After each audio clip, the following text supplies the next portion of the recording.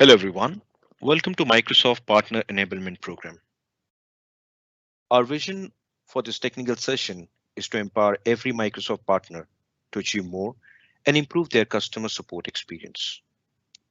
My name is Santosh. I'm the technical advisor here at Microsoft. I'm partnering with my peer Ashraf for this session. Today, we're going to discuss about spam, phishing attack, and precautions via Office 365 features. This session encompasses overview of how to overcome with spam, phishing attack, and troubleshooting issues. Let's get started. To start with the agenda, Microsoft Exchange is one of the most secure messaging systems. We do have features in Exchange which keeps on updating real time to fight against the fight against the new threats. Exchange does utilizes machine learning algorithms to defend against phishing and other type of attacks. So when we say attack, what are these type of attacks? In our agenda, today we'll be discussing the different type of attacks, which includes spam, phishing, spoofing, and malware. So once we know the different type of attacks, we would also like to know the defense mechanism which Microsoft has for an inbound and outbound mails. In order to understand that, we'll learn how EOP, inbound, and outbound filtering works. Apart from the filtering, we will also learn the precautions and preventive measures, which includes ATP, SPF, DKIM, DMARC, ZAP, Zero Hour Auto Purge, submissions, attack simulator in Office 365. And at the end of the presentation, we do have a small topic to discuss the basic set of logs required in order to troubleshoot any issue. Moving on, we'll discuss the first type of attack, spam. The first type of attack we will discuss today is spam. Email spamming is a very common term in digital world today. The most common attack which happens in our mailing system is spam. So when I say spam, what do we understand? What do we understand by the word spam? That it's an unwanted, undesirable, or unsolicited messages which comes from various sources like advertising, chain letters, political mailing, etc. In order to understand and analyze spam, we need to be aware how to read an anti-spam report and to understand the SCL rating system, which we have a table over here. So I have a small section of an X4 anti-spam report to show you how the spam is marked with the SCL ratings. So if you see the highlighted sections, the first highlighted part shows SFV, which stands for Spam Filtering Verdict, marked as SPM, which is an acronym for spam, which means that this message is marked as spam. The second highlighted part of this report shows SCL rating as 5. Now, when you say what is 5, so that's something which we'll discuss in the table over here. The third highlighted portion of the report shows as CAT, which stands for category, for marked as spam. So category can be different depending upon the messages, how the messages are marked. So few of the examples for categories would be bulk. So bulk will be marked as BULK. If a message is marked for domain impersonation, it will be marked as DIMP. For malware, it will be MALW. For phishing, that will be PHSH. And for spoofing, it will be SPOOF. Next comes the SCL rating table. So the first SCL rating is -1. -1 is marked to a message when a message is from either a safe sender, safe recipient, a safe list of IP addresses. This message will be delivered to the recipient inbox. The second rating in the table is 0 or 1. 0 and 1 is marked to the message when the message is not a spam. And again, this will also be delivered to the mailbox. The next rating we have is 5 and 6, which is marked to a message when the message is marked as spam, and this will land up in the junk folder. The last rating we have is 9, which is marked to a message when the message is considered as a high confidence spam. It will be delivered to the recipient junk folder or as per the configuration done by the admin. Now, when we talk about SCL, we do have BCL as well, which we are going to learn in the next slide. So BCL, when I say BCL, BCL stands for bulk compliant level. It is similar to SCL. What it does identify the bad bulk email. So when a message is categorized as bulk, appropriate BCL rating is marked to the message. The higher the BCL indicates that a bulk message is more likely to generate compliant and therefore more likely to be a spam. We do have BCL rating table which shows the confidence level interpretation in the rating. The first rating is 0, which shows the message isn't from a bulk sender. Now, the next 3 sessions of the table is divided into low compliant, medium compliant, and high compliant. So when I say a BCL rating of 1, 2, and 3 comes under low compliant. So a message will be marked with the BCL rating of 1, 2, 3, which will generate low compliant. After that, we have a rating of 4, 5, 6, 7, which comes under the medium compliant. The message will generate medium compliant. And the last section, 8 and 9. This is marked to a message when a message generates high compliant category.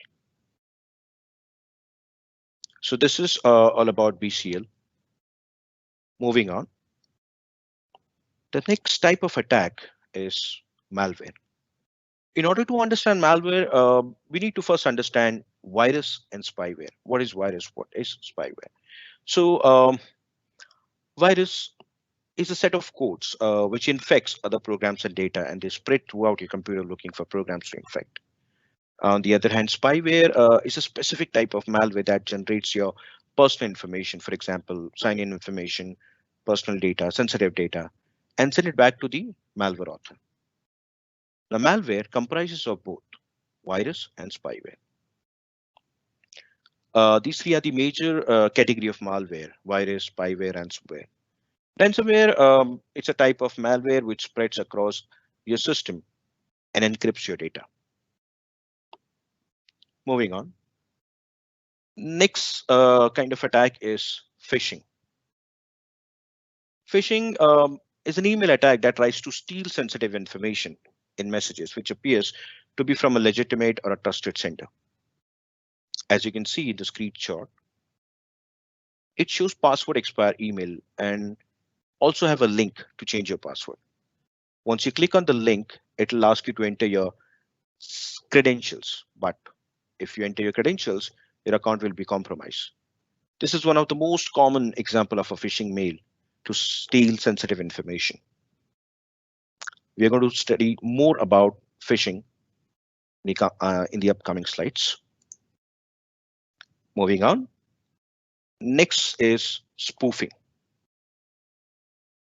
Spoofing is a type of attack in which message appears to originate from someone or somewhere other than the actual source. When someone tries to forge the from information of an email. As you can see on the screen, the example shows that the spammer has forged the from header, so the message appears to have originated from someone other than the actual source. The screenshot is an example of a spoofing and phishing email. This is the part which explains the spoofing part, and it also has the option to change a password for wherein phishing attack comes to the picture.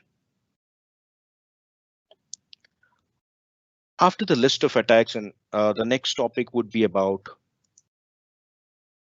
scenario for false negative and false positive. So when I say false negative and false positive, We are constantly fine-tuning our spam filters to be more accurate, but there are times we face situation known as false positive or false negative, for which we do have an option for admin submission portal. To explain in more detail, false positive is a situation, false negative is a situation when a spam or phishing mail gets incorrectly delivered to users' inbox rather than junk folder. Administrator do have option to submission portal in which they can submit the message to Microsoft for analysis. In a scenario when legitimate email gets marked as spam and delivered to a junk folder instead of inbox is known as false positive. The screen capture you see is an example of a legitimate password reset email from Microsoft. As we speak about the list of attacks, now comes the defense mechanism, which will help us to fight against the attacks. This is one of our major filtering product, EOP. It stands for Exchange Online Protection. Dealing with lots of email, EOP deals with lot of emails on a daily basis. So as the name suggests, EOP, it's a cloud-based email filtering service to protect against spam and malware. Now, when I talk about EOP, EOP does work in online and on-prem messaging protection. So for example, I have the first option is standalone scenario, Microsoft Exchange Online, and a hybrid scenario. In a standalone scenario, EOP provides cloud-based email protection for your on-premise Exchange organization for any other on-premise SMTP email solution. For Exchange Online, as a part of Microsoft Exchange Online, by default, EOP protects Microsoft Online cloud-hosted mailboxes. For hybrid deployment, EOP can be configured to protect your email environment and control mail routing when you have a mix of on-premises and cloud mailbox. Now, when I say this is one of our most effective filtering service, so in the next upcoming slide, we'll see how it works with the inbound mail filtering.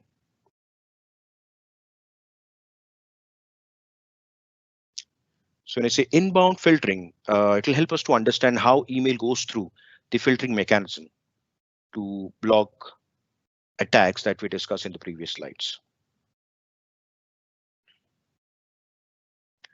So to start with, the first stage when an email is sent on internet, it will look out for the MX record of a public DNS, and after resolving the MX record, the email gets routed to the region where mailbox resides. Once the email gets routed to the, as per the MX record resolution, once it gets routed to the region where the mailbox reside, the first stage is edge blocking, which will first look out for IP-based blocks, as in it will look out for the IP addresses the mail has come from, and will cross-check it with a list of block and allow IP addresses. Once done, it will look for email repetitions and will also check for regular expressions.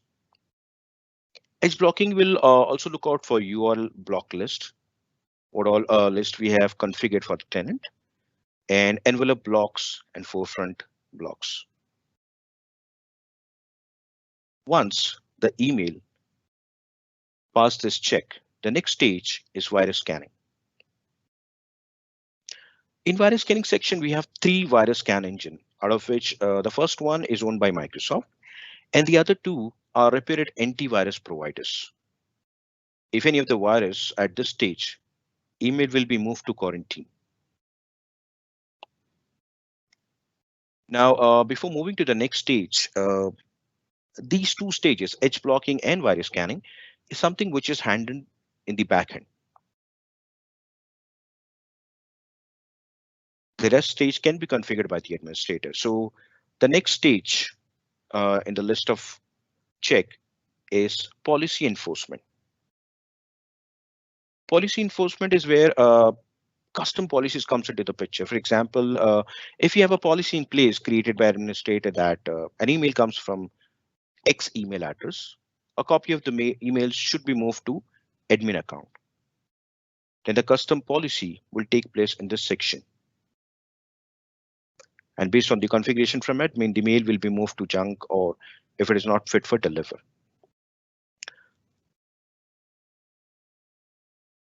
Once done with the policy enforcement, the next stage for the spam is for spam protection, in which it will check for the list of safe senders, recipients, and cross-check with the email sender email addresses. In this stage, the SQL stamping will also be done in the section, the SQL rating table, what we discussed. So here, in this stage, the SQL stamping will be done on the message. The message will be marked for SQL rating. Content scanning, SPF and sender ID filter, bulk mail filter, international spam, and advanced spam management also take place in the spam protection section. So when I talk about international spam, this is a feature wherein a specific region you can block the mails from. Moving on. Next is after spam protection, we have ATP, Advanced Threat Protection, in which safe attachment policies and safe link policies will come into the picture. We have a separate section to discuss this topic in more detail in the coming slides. Now, if everything goes well, message crosses all the checks, clears all the check, then it will be delivered to the mailbox. But again, as we discuss, we do have scenarios for false positive and false negative. So in that case, a customer can submit a feedback. That is, it can go ahead and do the submission from the submission portal, and the spam analyst will again go through the checks that why is it self positive, why is it false positive, or why is it false negative. So this is how an inbound filtering works. Next slide would be about outbound filtering. What happens when you send a mail outside your organization? So EOP, outbound filtering. As we have so many checks in inbound filtering, we also have to make sure the sender reputation is taken care. Hence, outbound filtering is in place. So once the email is sent from user mailbox, it goes to the first stage of virus scanning. So when I say virus scanning, as we discussed earlier, we have 3 different engines, out of which the first one is owned by Microsoft and the other 2 are from reputed antivirus provider. If the message does not pass this stage, it will be moved to the bin. If it clears this stage, it moves to the next stage, which is policy enforcement. In this section, all custom rules, as we discussed in past, will come into picture.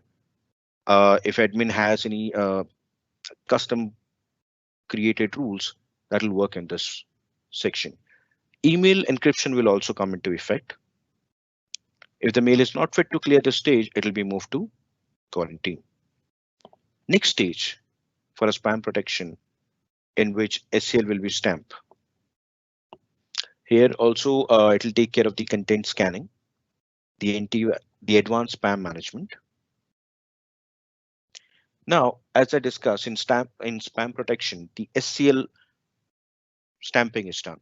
So based on the SCL ratings, the lower scores will move out, will be sent to the outbound pool, and possibly will get delivered to internet, from where it will look out for the relevant MS record and will get delivered to the recipient. Now, second possible scenario, we have a bulk mail. So even there, the BCL will be marked as per the BCL rating. It will be delivered to the bulk delivery pool.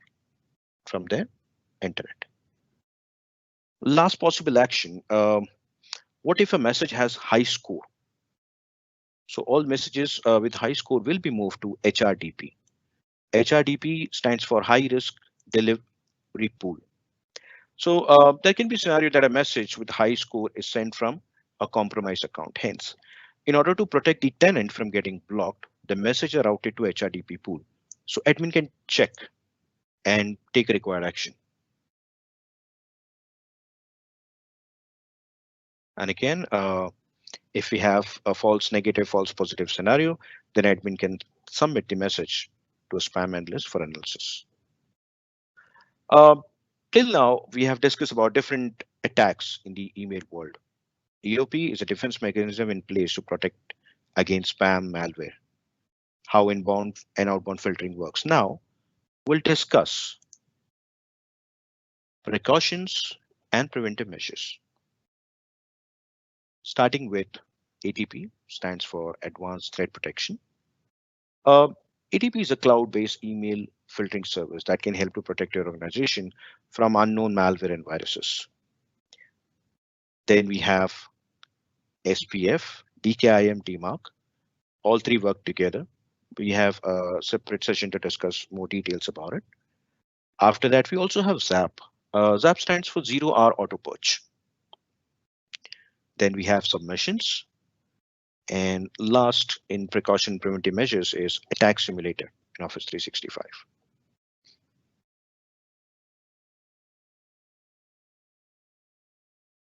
As we have discussed how EOP works, now we'll see how ATP, the Advanced Threat Protection, works with existing EOP structure to safeguard the organization against malicious threats.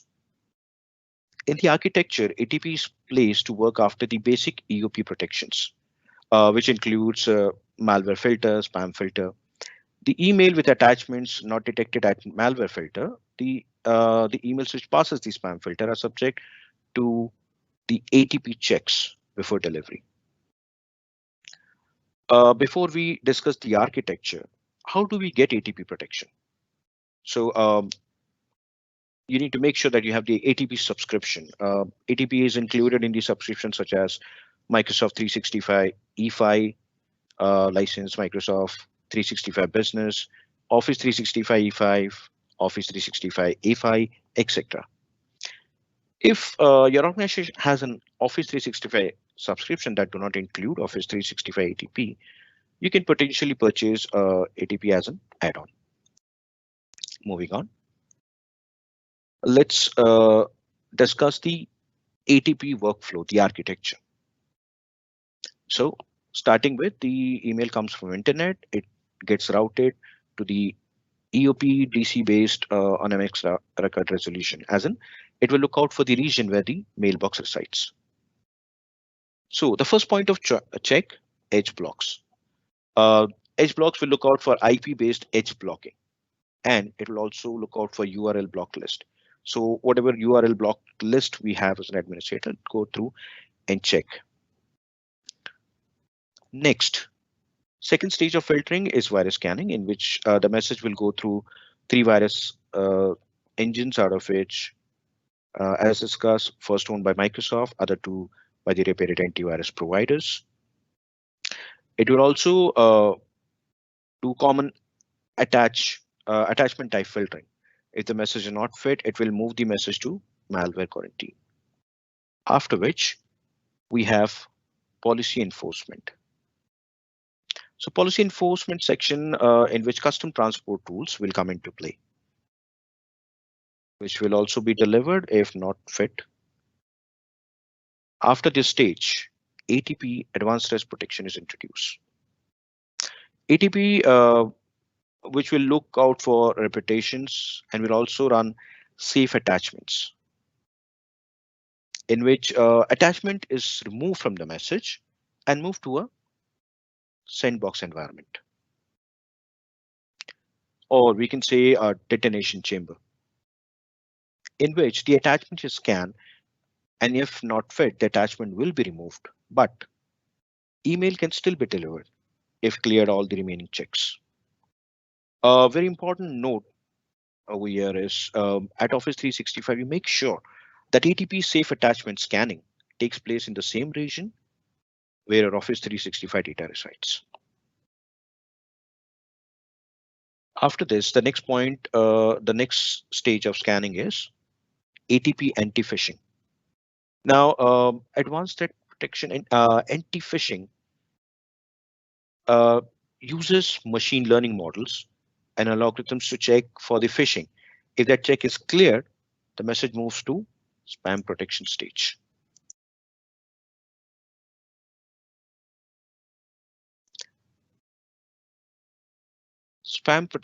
Which will look out for safe list aggregation, content scanning, bulk mail filtering, advanced spam filtering, wherein the SCL will be marked with the messages. After clearing the spam protection, the next stage is anti-spoofing,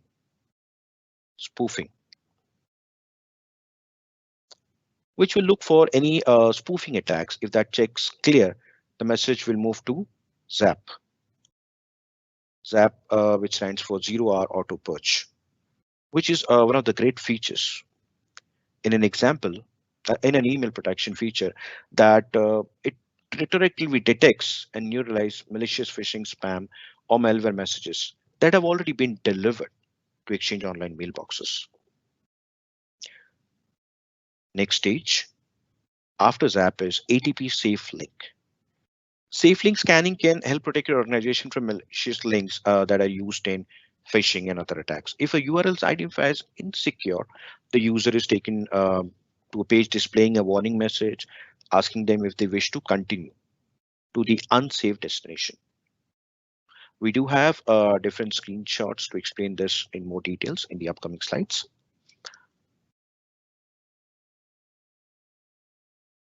Now, if everything goes well, all checks clear, the message gets delivered to the mailbox. After this, again, if we have false positive or false negative scenario, then the message can be resubmitted to the spam analyst. Next, moving on, ATP features availability. So these are some of the features which are available with different plans. ATP Plan 1, ATP Plan 2, Office 365, Enterprise E5. So let's take a 10-second to go through the table for ATP features availability with different subscription.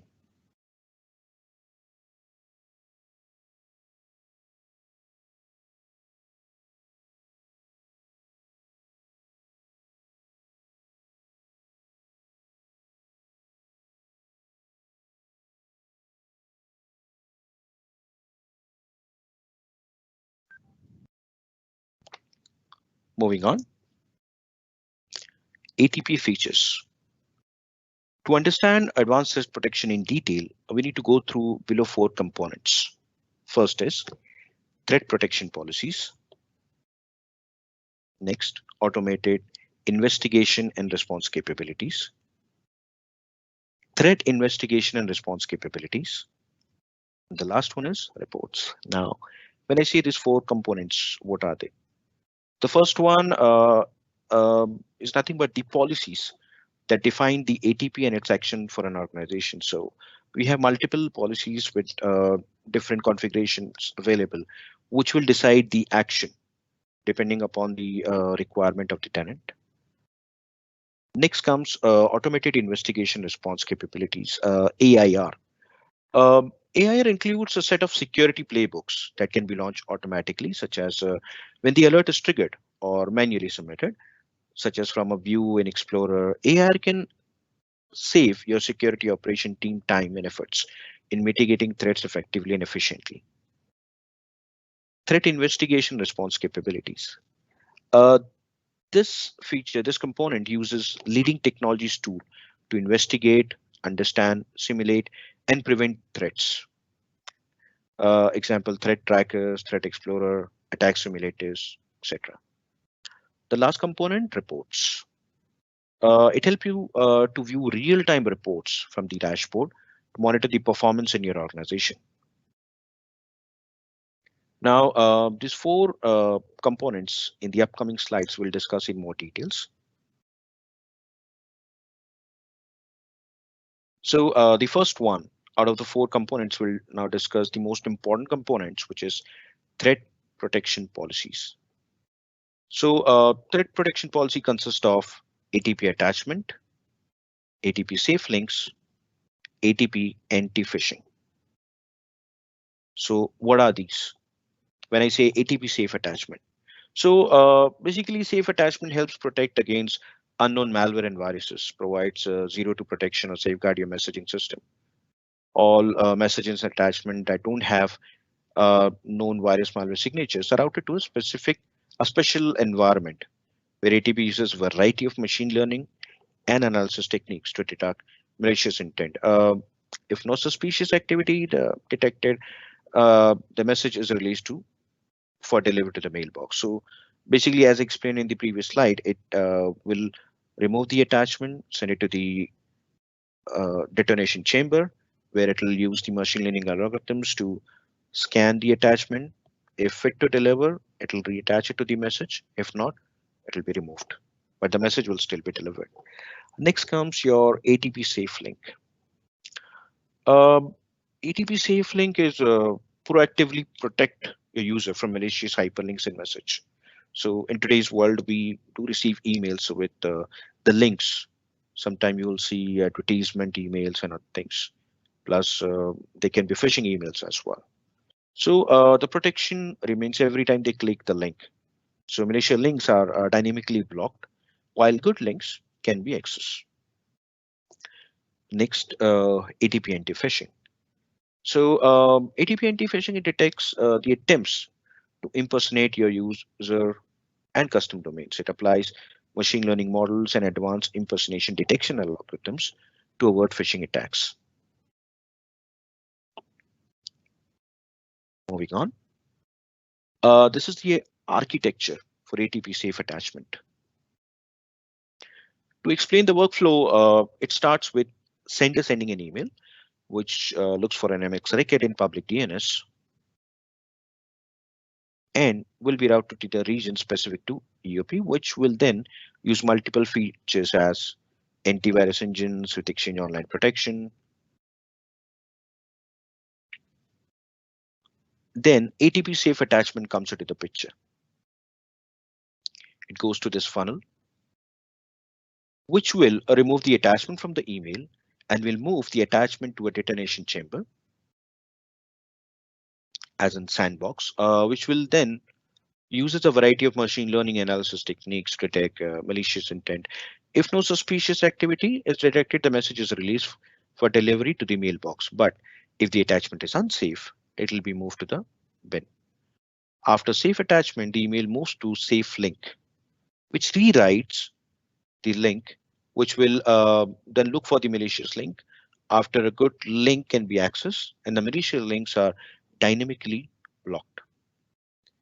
In case if the attachment scanning is taking time, we do have something called as dynamic delivery in place, which is a safe attachment feature that reduces latency of message delivery while an attachment is being inspected for malware. Uh, every organization has their own set of requirement when it comes to ATP. So going on, it's more about the settings which will be applied, the configuration settings which we will be talking about. So I have placed some screenshots to explain how to configure settings in order to prevent spamming and phishing. So as discussed in previous slide, the ATP safe attachment. So this is the screen capture wherein you can see what all options, what all settings administrator have which can be configured in order for safe attachment to scan the attachment and work as per the requirements of the specific organization. So to explain in more detail, the very first option over here is off, that is just to disable the ATP safe attachment. Second, monitor. So when we say monitor, it will deliver the message. It will detect the malware and deliver, but it will just track the scan results. This is just for the monitoring purpose. Next is block. Block is it will block all the current or the future emails which detects malware. Replace blocks the attachment with detected malware, continue to deliver message. So this is a feature wherein if there is an issue with the attachment will be blocked, but the mail will still be able to deliver it if it clears the remaining checks. The last and one of the most important part says dynamic delivery. as I was discussing in my previous slide, it will deliver the message without attachment, which is very instant. So think of a scenario where we have huge attachments, which will take a long time. So with this feature, the email will be delivered immediately once it arrives, but the attachments will be in the process of getting scanned. Once it is scanned, it will show you. To explain more, I have one more screen about. I have one more slide which will show the screen captures for the same. Dynamic delivery. So the first screen shows ATP scan in progress. It shows the size of the attachment. So the message is delivered, but the scan is in progress. Now, once it is done, you will see the name of the file, the name of the attachment, what was scanned. So this shows that the scanning is complete. The same can be seen with the message events as well. So if you see over here at 11:18:52 a.m., the event shows differ. And the reason? Advanced threat protection scanning in progress. So this is the part where the scanning was going on. So which was at 11:18, 11:21, that's say around 3 minutes after, you will see advanced threat protection malware, and then the name of the PPD is specified. That means the scanning is completed. Moving on.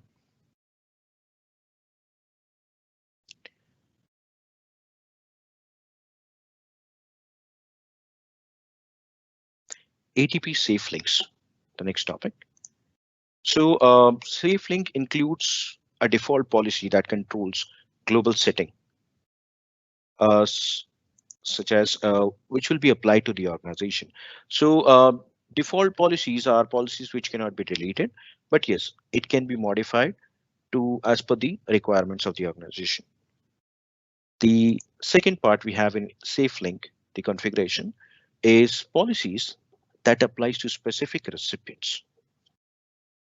So you can create policies that defines how links are handled in message and associated this with specific users in the organization by a group of people or domains, them to be protected by safe links. Moving on, this screen capture shows the default policy edit settings. So this is what you see when you try to edit a default policy. These are the available options. Um,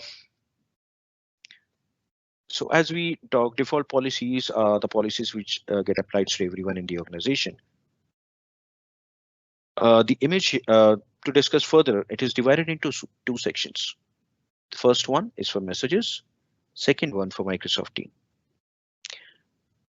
First section is further divided into two options. The first option is to disable. Second is to enable the settings. So once you enable, URL will be rewritten and check against a list of known and malicious links which user clicks on the link. So the scanning starts over here. Next part, which is for Microsoft Teams. The first option available, that is to disable the settings. If the second option is to enable the settings. Once we do that, there are other options. The first one is apply real-time URL scanning. So in real time, the URL scans will work. Now, once you check this button, there is a subcategory to it. That is wait for URL scanning to complete. You can either check this option, so it will wait till the URL scanning is complete. Then we have apply safe links to the email message sent within the organization. So here we can discuss how we want the ATP safe links to work. Should it work within the organization? Then we have other three options as do not track user clicks. So whenever a user clicks on a link, these all things get tracked. So if you don't want that to happen, you can just keep it unchecked. Do not allow users to click through the original URLs. We can check this option as well. So it will not allow them. Display the organization branding and notification and warning page. So they do get a warning page if still they're trying to access some link. Then do not rewrite the following URL. So this is a location wherein you can add custom URLs which will not go through the checks, which will not be rewrite. So these are the options available for default policy. Next comes the policies that applies to specific recipients. So here, the first section, if you see, it shows block the following URLs. Here you can add the different URLs which you want to be blocked. Then comes the different sections related to Office 365 application. You want to disable or enable safe links for these applications. Then you also have do not track for user click safe links, what we had in the previous slide, and do not let user click through safe links to original URL. Moving on to the slide, we'll have some more details about it. ATP safe link. So this is, as the screen explains, this website was blocked by your Office 365 administrator. So what happens is this was blocked, but still, if you try to click on this, a warning page, something like this will come up, which has an option which says you can just click on close because you're not supposed to access the link. Depending upon the configuration, you do have an option which says continue anyway, which is not recommended. So as I said, it all depends what level of configuration, what level of settings you need for your tenant to work. Moving on, ATP anti-phishing. So UP provides number of protection against phishing messages, including the use of first and third party reputation data, machine learning. Within ATP, an additional set of machine model together with impersonation, detection algorithms are used to further drill down the scanning, analyzing the message for phishing. Now, this is again the configuration screen for an anti-phishing. This is divided into three parts: impersonation, the information related to information here. Second part, spoofing, and the third is advanced setting. Now, when I say impersonation, so this part works towards, as in, we have multiple options. As the first one stands for user to protect. So in an organization, we have few of the high reputed users, as in CEO of the company, VP of the company. So this few number of users we can use the setting for. You can specify the list of users which will be highly protected for for phishing. Then we can select the second one is protect all domains I own. You enable this, and all the domains owned in the organization will be protected. Protect specific domains, so specific set of domains will be protected, as in you can specify the list of domains. Then we have action. What all actions you can specify for a user impersonation, and the different action you can specify for domain impersonation. Further, if you'll see in the screen, we have the drop down which shows what other options do we have. So as you can see right now, I've selected don't apply any action. That's the last option. We do have other things as in redirect message to other email addresses, move the message, quarantine message, deliver the message, delete. So as I was saying, the configuration is huge. You can select what your organization is looking for, and accordingly, the scanning will be carried.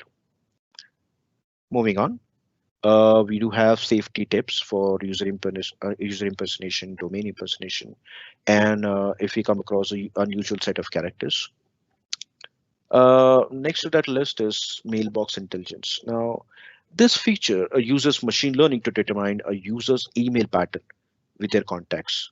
With this information, the AI can better distinguish between genuine and a phishing email. Further, mailbox intelligence-based impersonation protection. So this intelligence allow Office 365 to customize user impersonation detection and better handle false positive. After that, we have anti-spoofing. We can enable anti-spoofing protection from here. Anti-spoofing is to allow a spoof from an anti-spam setting. Admin can decide if we want to use the anti-spoofing protection or not. Next is unauthenticated sender. This is where we add a mark to the sender card, so user can identify if the sender is unauthenticated or not. After that, we have advanced phishing thresholds. So we have advanced phishing thresholds over here. The first option you see is one which says standard.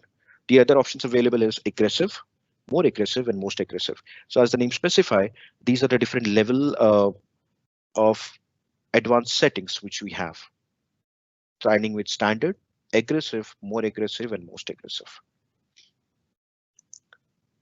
Moving on, threat investigation and response capabilities.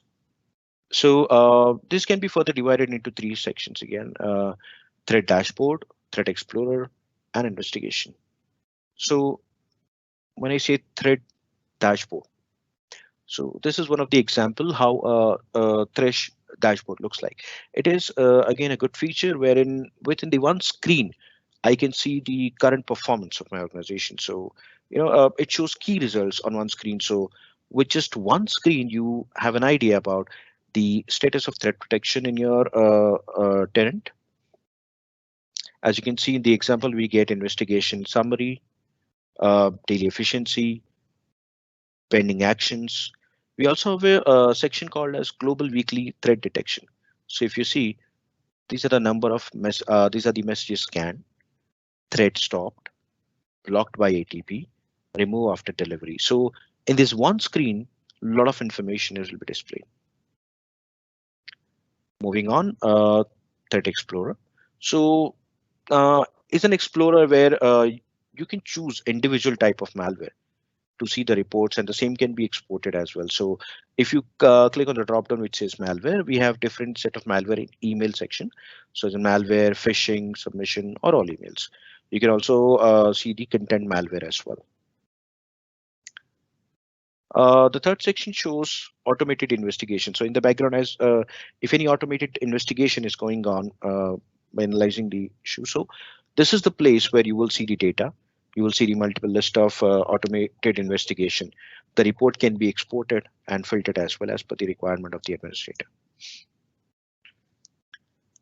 Moving on, preventing spoof phishing emails. So spoofing and phishing is one of the major contributors in the list of attacks faced by a messaging system. A simple definition for spoofing email is the creation of a message for with a forged sender address, where from address and the mail from address are different. So basically, when an email comes, the Outlook client will only look out from address. There is another attribute which says from a mail from address. So for that, we do have, so when I talk about the scenario, we do have SPF in picture. SPF stands for Sender Policy Framework in place, but with growing technology, we see advanced level of spoofing and phishing attacks, which can set up SPF records to pass SPF check. Hence, we have SPF, DKIM, and DMARC work together to help prevent spoofer from sending messages that looks like they're coming from your own domain. In the coming slides, we'll discuss in detail about what SPF is, uh, key points related to SPF, what DKIM is, how DKIM works, what DMARC is, how it works, and the key points related to it. Moving on, SPF, Sender Policy Framework. So what is SPF? SPF is a text record in DNS, which will help prevent spoofing and phishing by verifying the domain name from which email messages are sent. SPF2 validates the origin of a message by verifying the IP address of the sender against the allegedly owner of the sending domain. In order to explain further, we'll go through the workflow of SPF. So the sender domain, that's contoso.com, when they set up SPF, what do? They publish the IP address which are responsible for sending emails in their public DNS. Once it is done, now let's consider a scenario when sender at contoso.com sends an email to receiver at fabricant.net. What happens? The SPF, it will do the check. If the sending IP address in contoso.com is there in the records, in the public DNS record for SPF, if it is there, it's green, good to go, message get delivered. If it is not, then action on that email will be taken, as in the message will be discard, mark, or continue. That completely depends upon the configuration the administrator choose. Moving on, these are the key points for SPF records. So when I say key points, as in how do we set up an SPF record? What should be the syntax? So as you can see on screen, v-spm, that's a default requirement. After that, you see IP address 1, IP address 2, IP address 3. Now, what are these IP addresses? So these are the IP addresses which are responsible for sending emails. The max you can add is 10 IP address. Now, after that, it says include and the domain name. So the domain you can specify. And then the very important part, which says enforcement rule. Now, enforcement rule consists of three different section, which is hard fail, soft fail, and neutral. So when you say hard fail means it'll mark the message with hard fail and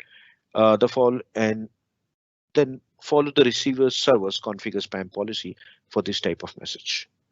Soft fail, as in it'll mark the message for soft fail. Typically, email servers are configured to deliver these messages anyway. The last one, neutral. Neutral basically do nothing. That is, do not mark the message envelope. This is usually reserved for testing purposes and it's very rarely used. We do have important SPF mechanisms, as in how the IPv4, IPv6 addresses are used, how all the domains are used, or the listed host records, the MX records, and the list of domains. So this is one of the example which is set up for Office 365, which is v-spf1 includes : spf.protection.outlook.com, and the enforcement rule is -all, which stands for hard fail. Moving on, DKIM.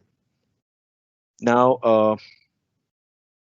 what is DKIM? DKIM lets you add a digital signature to your email message. Now, in the message header where you authorize your domain to associate or sign, it's a name to an email message by using cryptographic authentications.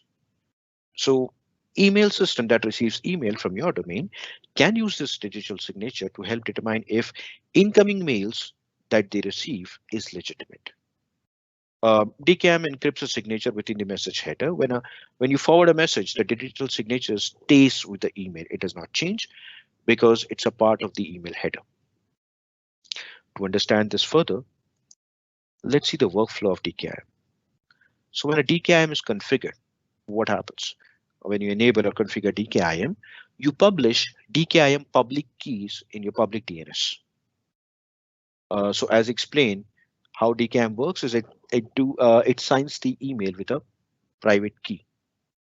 The relevant key for public key is available in public DNS of your organization. Now, consider a scenario when a sender at contoso.com sends an email. That email is signed by a private key, DKIM. Now, the receiving domain does go ahead and verify if that private key matches the key available in your domain public DNS, as in which you have published in DKIM public keys. If it matches, email gets delivered.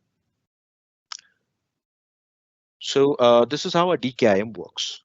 Now, let's consider a scenario when we have SPM and DKIM working together. This is just to show you why we need SPF and DKIM working together. So the first part of the example you see, contoso.com, a mail server, sends an email message from, say, IP address, let's say number 1, which also have that email signed by a DKIM signature, the private key. The message received to woodgrowbank.com. First part, SPF pass. SPF checks with the Contoso domain, contoso.com public DNS, finds the relevant IP addresses which are responsible for sending email. SPF pass. DKIM again, it is available in the public DNS, the DKIM public keys, so that passes as well. First part of the examples, all good, all clean. Now consider a scenario when from woodgroverbank.com there is a forwarding or a redirection set. Now, when that happens, when a message to reach to outlook.com, outlook.com will see a message domain as contoso.com, and it will try to look out for the relevant IP addresses. But when the mail was sent from woodgrowbank.com, the IP address was changed. That was the IP address from woodgrowbank.com. Now, the outlook.com will be looking out for a domain and IP address match in Woodgrow, which will not match. So the SPF fails. But at the same time, DKIM pass. Why? Because from the time the mail was sent, even it got redirected, it got forwarded, but the private key, which was there inside the message header, remains intact, and hence was able to find it the correct domain and the relevant public DKIM key is available in the DNS as well. Hence a DKIM pass. Moving on, we'll see some key points for DKIM. So when I say key points, we have the configuration, how to configure DKIM. These are the commandlets which can be used. After that, we have DKIM signature in the message header. How does it looks? Just a result of an authentication. So here you will see DKIM pass, signature was verified.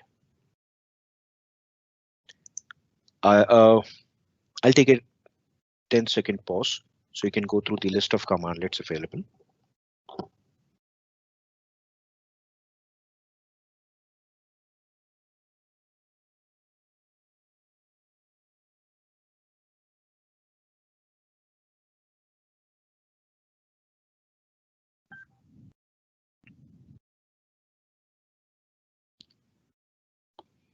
Okay, moving on. Next, we have DMARC. DMARC, an email. So to explain DMARC, it's like an email message may contain multiple originator or sender addresses. These sender addresses are used for different purpose. For example, consider this address, what you can see on the screen. Mail from address identifies the sender and a specific and specifies where to send a written notice. If any problem occurs with the delivery of the message, this is sometimes called as 5321 mail from address, or you can also call it as reverse path address. The from address display from address by the mail application. This address identifies the author of the email. So basically in Outlook client or the mail client, you will not be seeing mail from, you'll only see the from address. So this address identifies the author of the email, that is the mailbox of a person or a system responsible for writing message. This is sometimes called as 5322 from the sender address. Now mail from address and from address looks different. If you configure SPF, then receiving server performs a check against the mail from address, which is phishing@phishing.com. If the message came from a valid source for the domain phishing.com, the SPF check pass, since the email client only displays from address. The user sees that this message came from security.woodgrowbank.com because this is the only thing which is available, which is displayed in the mail client. With SPF alone, the validity for woodgrowbank.com was never authenticated. So when you use DMARC, the receiving server also performs a check against from address. In this example, if there is a DMARC text record in place, Woodgrow Bank for Woodgrow Bank, then the check against the from address fails. As you can see over here, the DMARC is marked as fail, and the from address it shows as woodgrowbank.com. So this is one of the reasons we have DMARC in place. So moving on, these are a few of the key points for DMARC. So this is the syntax how a DMARC needs to be configured. V-DMARC1.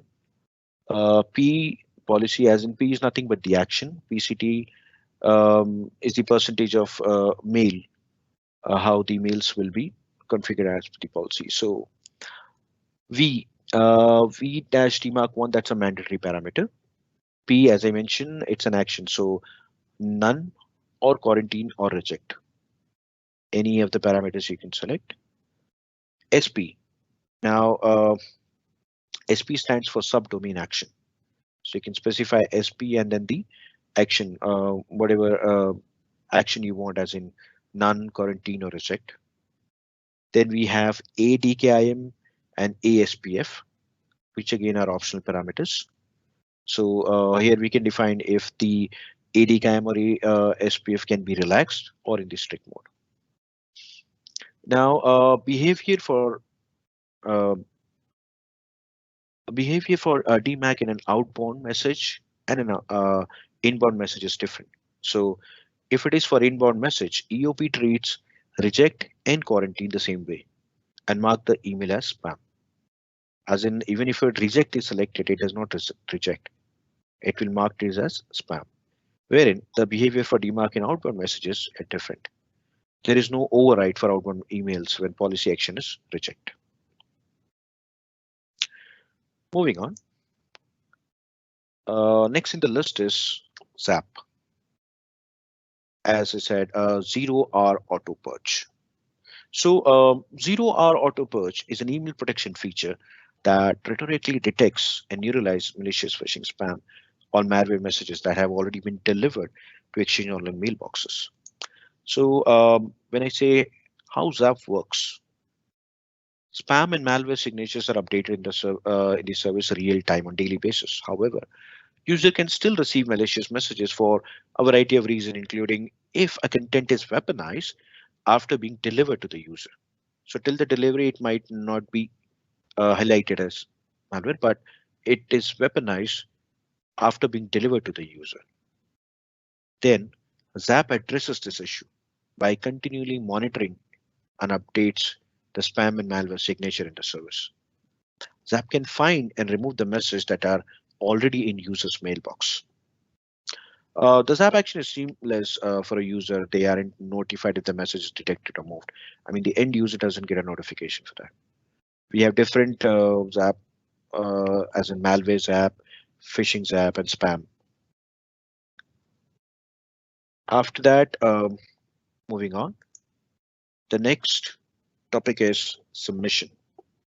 Now, as we were discussing, there are scenarios when administrators do find emails which were not supposed to be delivered to the inbox, delivered to the mailbox got delivered. And at times, there are messages which are legitimate are being marked as spammed and not getting delivered to the mailbox. So in such scenarios, submission is plays a very vital role. It helps you to submit those messages, URLs, and the attachments for further analysis.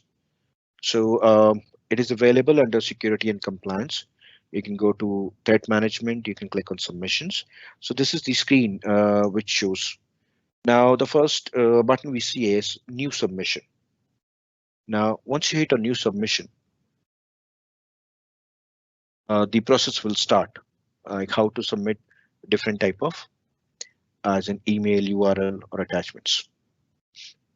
Now before we do that, we need to know the list of permissions required by an endpoint, by a user, how he can go forward and run this submission process. So these are the list of permissions. We also have a link wherein we can check if any changes in the permission, like it will give you more detailed information about the required permissions. Moving on, what's new in Office 365 submission? So what's new, as an administrators can review and submit the message by using the report message plugins. Admins can submit on behalf of a user. Now, what happens when an administrator submit anything as an attachment, email, or URL? So they do get a feedback on the submission and can, at time it is possible, it can fix the tenant level issues based on the feedback. Additionally, they also get an information about policies as well. So the security team do provide feedback on the policies that may have allowed the malicious email into your tenant, or blocked a good email from entering the tenant. This is the part where we learn how to go about it, how we can the process of submitting a new content. So as the screen shows, the button which says new submission. Now, what all you can do over here? So there are three different type of submissions. Email. So in email, you can either submit, you can save in a message in an EML format. You can attach that, or you can also specify a network message ID, which will be searched and will be submitted. Second option is URL. So you can type in the full URL, including the protocols as an HTTPS. The third option is for attachment. Here we can attach any file which is scanned and specified as a malware. We can attach that and we can send it for further analysis. So once you click on new submission, the next screen comes is it'll ask you for the object type. So as we discussed, either you're submitting an email, a URL, an attachment. Then let's say I selected email over here. So the next options available for us is a network message ID or a file.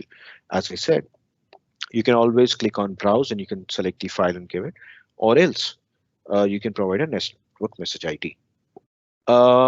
We also have an option which says reason for submission, as in should not have been blocked. So at times you see there is some specific emails which are getting blocked, but you know that these are the legitimate emails. So you can also mention a reason that it shouldn't have been blocked, or there are some message which got delivered to a mailbox, but it should have been blocked. So you can select that option as well. So once you do that, it will go ahead and check for the email. Now, here comes a note which says that network message ID for the message received by your organization in past 7 days. So it is by design that you can look out for a message which is only there in past 7 days. So you enter a message network ID which is 10 days back, so that will not work. Moving on, the second option, URL submission. So I select URL, then I get further categories for the URL. So I just enter a URL over here, then the to section which says reason for submission. You can specify you want it to be blocked or you don't want it to be blocked. Then you can also specify item is phishing or malware. So accordingly, it will proceed. The next slide is attachment submission. The third option available with us is attachment. So you can browse, select the file as the reason for submission and the item. So currently we have only one option available, which is malware, as I discussed. Now, again, there is a catch in this as well. So the size of the file. Now, once I hit next, the file should be empty nor exceed 3 MB limit. It cannot be empty, as in it cannot be 0 bytes, or it cannot be more than 3 megabytes. That's a note. Currently, this is how it's working. Moving on, we also have this feature wherein, let's say you do a message trace, and then you feel like this information needs to be submitted as well. So you have a plugin. You see the button over here which says submit message. So the moment you hit on this button on the page, it will give an information like this message trace has been submitted. That will also be submitted to the analysis team, the security team, which we can do further analysis and which can give the feedback later.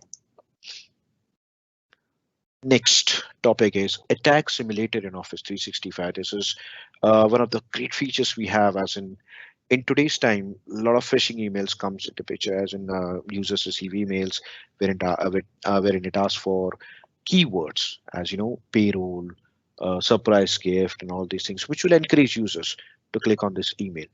And once the phishing attacks, it's any of the organization, it's a big loss to any of the organization. So we have something called as attack simulator.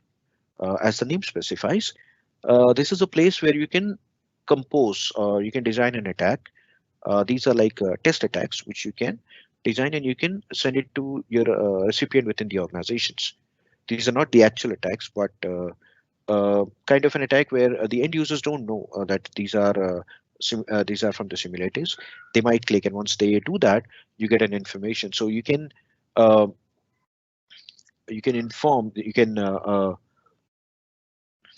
explain them that what type of phishing attacks can come and how they can work towards it. What all things they need to check before clicking on any such emails. So when I say attack simulator, we have three different options.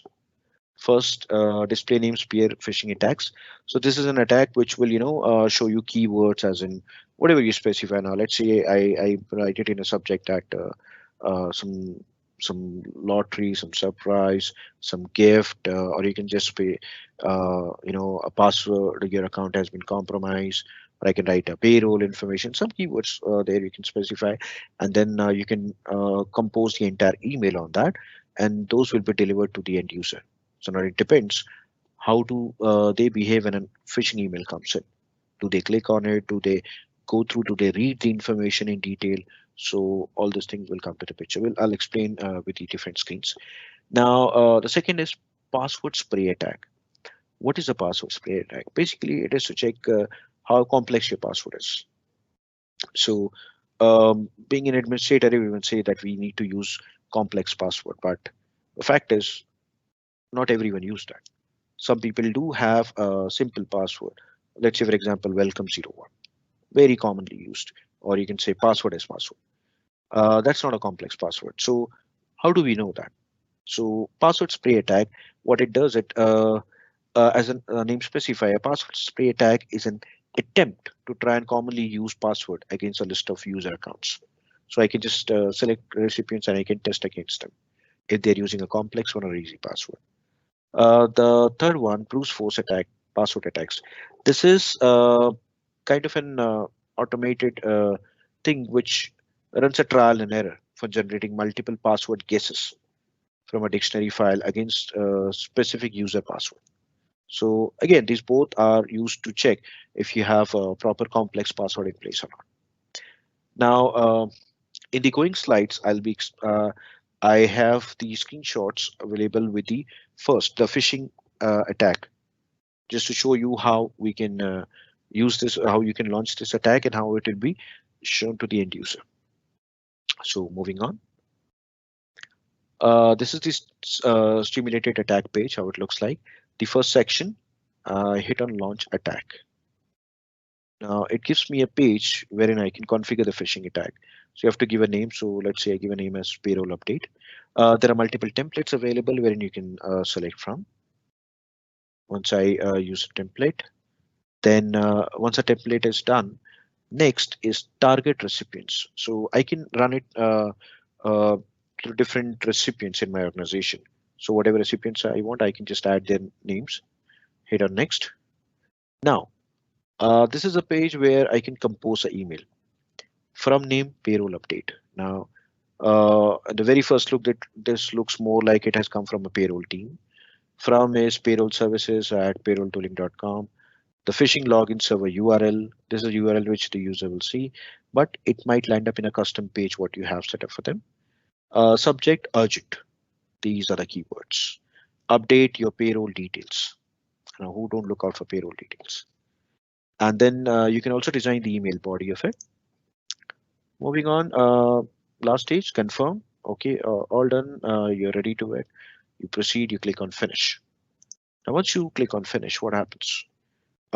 Simulated email goes to the end user what recipients you've selected. Now, in a recipient mailbox, it looks something like this. So these are some of the common emails which I have designed. So payroll update, price giveaway. It says urgent, update your payroll information. Now, these are the power words. These are the keywords which will encourage an end user to click on those emails. Now, what happens when they click? Let's say an end user clicks on this email. It displays the email which I have composed. It says, dear the recipient name, we have recently upgraded our payroll system, security measures. You have to confirm your details and all these things. Now, check the once mentioned in bold. Failure to update your account details will result in delay with your salary. Now, this is kind of a threatening email. Now, who don't want a salary to come on time? So most of the end users, they might click on this. So what would they do? A very big button available here. Update your account details. Once you do that, it takes you to a site. Again, it's not a secure site. The URL is also not relevant to your organization, but still depends if you are paying close attention to what you're doing. If not, the end user will click on the sign in information, will enter his credentials, will hit next. Now, once they submit, once they add the credentials, then this is something which shows up that you are a victim of phishing. And then this also have some relevant information, some very useful information over here that which says how you can these are the tips to find if the email is legitimate or not. Hover over links to uncover the URL, check for poor grammar and spelling errors, look for the company contact information and brand accuracy. So these are the things which will display.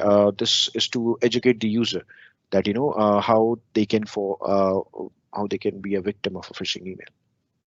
So that's the reason, as I was saying, it is one of the great features which is available wherein you can do the testing.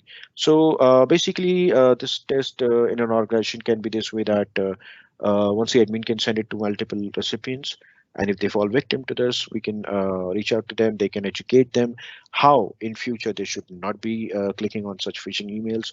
Then let's say give it a couple of months time, and again run a phishing simulated attack on them. Then you will come to know exactly if they are educated or not. So after you set up this phishing attack, we do have something called as view reports, attack completed view reports. So when I hit on view reports, it shows me. So for this attack, I selected total user targeted two, out of which one is successful attempt. Then you see compromised user. So the information will be displayed over here, the user mailbox information, the email address. Link clicked on, the date and time. So here we'll come to know what time they clicked on that link. Now, if they have entered the credentials, we'll see this option is there, which says credentials supplied on this date and time. So this is how we come to know if a end user have uh, added the credentials or not. So with this report, you'll come to know that when you run it for multiple recipients, what is the response? How safe your organization is against the phishing emails if it comes through the mailbox. So this brings us to the last section of our session, which is the information needed for troubleshooting. So whenever there is an issue related to mail flow, um, the partners they open ticket with support desk, and the case is carried on. Now, this is to discuss that these are some of the relevant information which, if provided in the very first stage of the case, this will definitely help the person working on that case to resolve it much faster. Now, when I say information needed for troubleshooting, what are the relevant information?